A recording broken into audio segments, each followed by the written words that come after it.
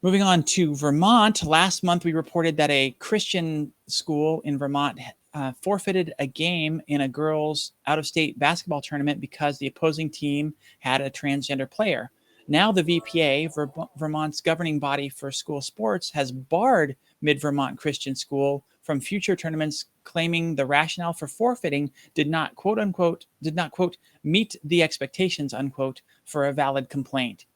Lauren Thomas, assistant executive director of the VPA, said in a statement that we already had the policy in place. She said, adding, the policy is not new, it's not reactionary, it's been out there for a while. People are aware of it.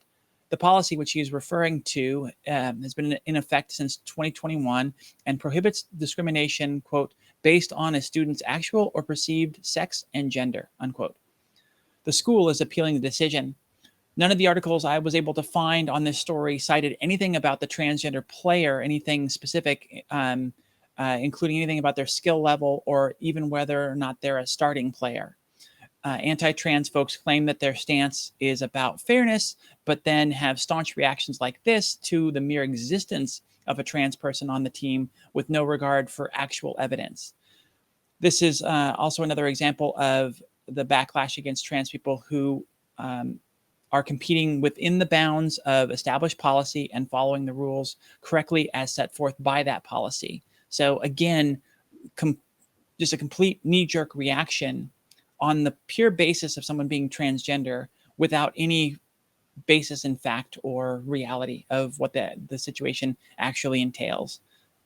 So in a way, it's fair for them. I saw some tweets where people were talking about this, saying, let the girls play. I think that was more in response to the initial fact that they had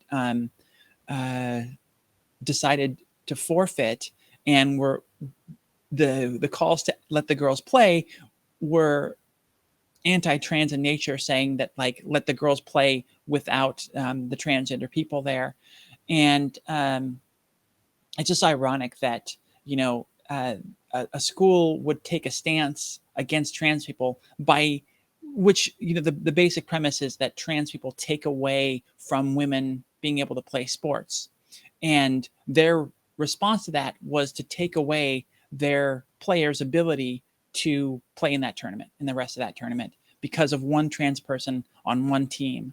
And yeah, it's just unfortunately ironic that the stance would actually do more harm to their own athletes than anything about it. I don't know. I think there are much better ways of attacking this, of approaching this. Attacking was the wrong word.